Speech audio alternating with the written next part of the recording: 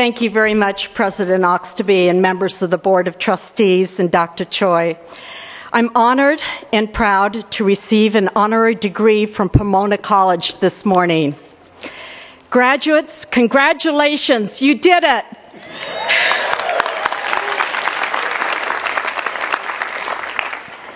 This is one of those magical moments when everything you've been working for over the past few years comes together, including the people who helped you along the way, your parents, grandparents, teachers, and friends. So enjoy this moment. I missed my own graduation from college. I had graduated early and started working for a magazine as a guest editor. Even though I had an exciting assignment overseas writing a travel story, I missed the opportunity to be celebrating with my friends. So today, I'm enjoying your moment with you. And I appreciate so much that this is a really incredible moment, an incredible commencement already. We've heard just inspiring talks from your student speakers, Deborah Frongpong and Cameron Joseph Cook. I am really inspired by your remarks. Thank you.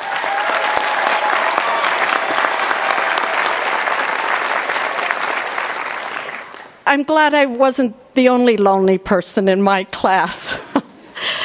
Let me start with a word about this amazing place where you've spent the last few years. As Dr. Choi said, I grew up in Southern California at a time when there were mostly orange trees here. I was doing ski beach days with my friends long before it became a Pomona tradition. We would ski on Baldy and then go to Huntington Beach for a swim in the same day. I did many hikes in the San Gabriel Mountains and rock climbs at Tahquitz on the shoulder of San Jacinto Mountain by Palm Springs. I went to graduate school at Caltech. My first astronomical observations were on Mount Wilson, the site where Edwin Hubble discovered that the universe was expanding, and where Nobel Prize winner Charles Townes, inventor of the maser and laser, did research on molecules in space. And after a time elsewhere, I returned to Southern California's Inland Empire, becoming chancellor of UC Riverside. There I had the opportunity to begin the first steps for a new medical school for this great growing region, and to foster a graduation rate that was equal for students of all color. So I feel I know something of what you've experienced here. Even living in DC as I do now, I think of Southern California when I smell jasmine or see movies with tall, skinny palm trees, like LA Story or Clueless or any Columbo rerun. After I left California for the second time, I became president of Purdue, and I also became a regent of the Smithsonian Institution. There I had the opportunity to be around people who conserve and exhibit the nation's great collections of art, history, culture, and science, and who work to inspire people of all generations. In March of 2014, President Obama appointed me to be director of the National Science Foundation, called NSF, a job I love as it brings together everything I've ever done. It's an opportunity to support and advocate for the importance of science and engineering in this world full of great challenges. But let me tell you what I actually wanted to do when I was a young girl growing up here. I wanted to be a detective to solve mysteries. Anybody in our audience, maybe your parents who have read all the Nancy Drew books? That was me. I loved a difficult problem, putting pieces of a puzzle together. I resonate with what Einstein said, quote, "I have no special talents, I'm only passionately curious." Two threads wind through my path, a desire to explore the unknown and a desire to shape something new from what I've learned. So in my remarks, let me celebrate curiosity and its outcomes, and encourage your own curiosity. The agency I head, NSF, funds basic or fundamental research. This is research that more often than not is founded on curiosity. Such research, we've seen, has the power to transform the world, contributing to health, the economy, and defense, and also just to inspiring people. In short, changing lives for the better. I mentioned Charles Townes, whose invention of the maser led to the laser, a device with untold practical applications. I remember well that invention because I tried to explain it in a high school science fair project. At that time, few people imagined that anything useful would come of this device. And Townes himself, in his Nobel Prize interview in 1964, said that he was motivated not by applications, but by his desire to study the structure of molecules, by his desire to understand things that were unknown. He recounts how much trouble he had getting his first ideas accepted, even by fellow scientists. Yet he followed his instincts and he pursued his scientific interest, changing fields when he could chase, quote, something that was being missed. The world has changed as a result of this pursuit. The inventions that resulted from the laser include barcode scanners, laser pointers, medical applications like LASIK eye surgery, surgery for detached retinas. Lasers are used in your CDs and DVDs and in telecommunications in general to carry enormous amounts of information via fiber optics.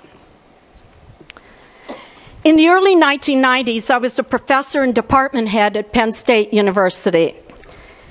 At that time, there were only about 100 websites, and the first web search tools were being launched. Back at my alma mater, Stanford University, a graduate student named Larry Page, working with funding from one of NSF's first digital library grants, started viewing the web differently, as a collection of sites, not as single pages. He was joined by Sergey Brin, who had an NSF graduate student fellowship.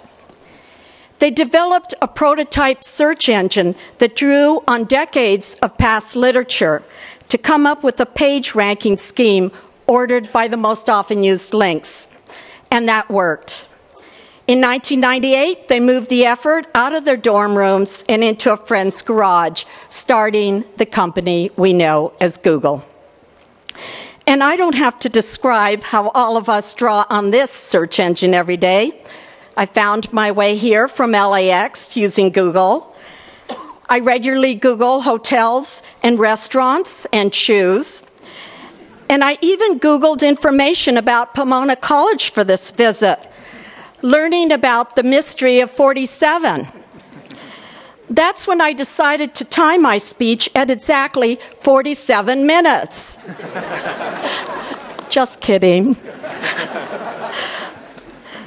Now, I don't expect that tomorrow you'll necessarily change the world from your garage. But I do want you to know from these examples of lasers and Google that sometimes changing the world starts with a question, wondering why things are and how they got that way, or how they can be improved. Will you be searching, like Charles Townes, for something that is being missed? Will you be looking at what already exists, like Larry Page, in a whole new way? You're graduates of Pomona College. You're the new wave of discoverers and inventors. And some of you will be Imagineers, dreamers, and theorists. And some of you will be developing ideas. You're interested in art and design and engineering and putting things together in new ways. And some of you will apply the idea, perhaps starting a new product or company based on it. A story that captured 2 pages in the New York Times last Tuesday is that of Pomona graduate Jennifer Doudna, now a biochemist at UC Berkeley. Her research on gene editing has garnered her the status of a celebrity. Last fall, she and a female colleague won a lucrative breakthrough prize that is endowed by entrepreneurs. At the celebration where they received their prize were the glitterati of Hollywood and Silicon Valley, movie stars and internet moguls. Dr. Doudna grew up in Hilo, Hawaii, daughter of a literature professor.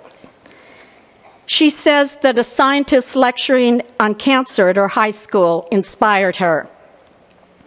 After Pomona College, she went to Harvard and pursued studies of RNA.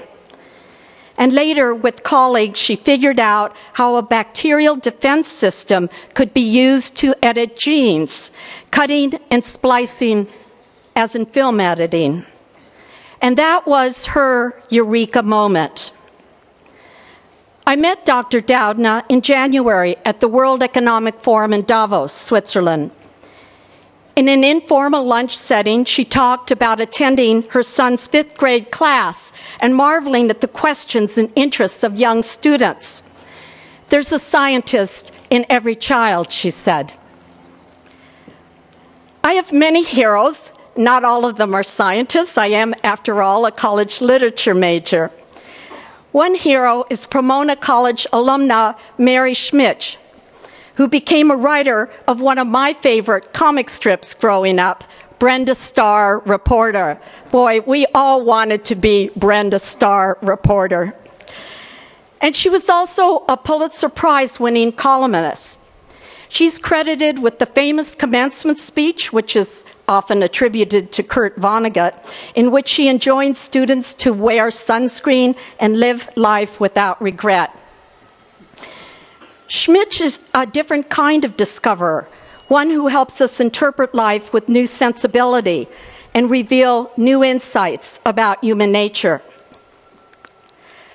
My hope for each of you is that you experience the euphoria when your own curiosity, your passion to know or understand results in a eureka moment, when you become the first person on the planet to see something or to do something or create something or realize something in nature or about human nature that has never been seen, never been understood before. Discovery brings disparate knowledge together in unexpected ways, and it's a singular moment when that happens.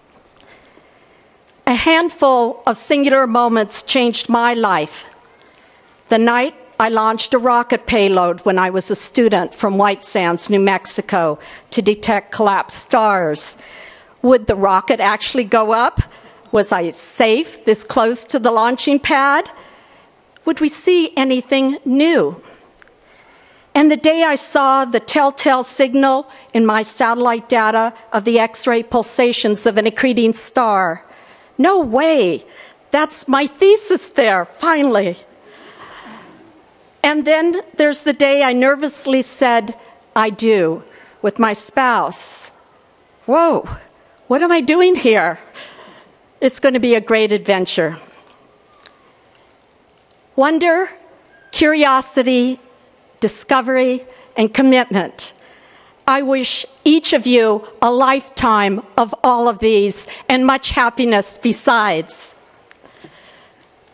I close with this observation, graduates. 47% of you will celebrate tonight. 47% of you started celebrating last night. And that leaves, 6% who aren't sure when to start celebrating. So may I suggest now? Now would be a great time to celebrate. Congratulations.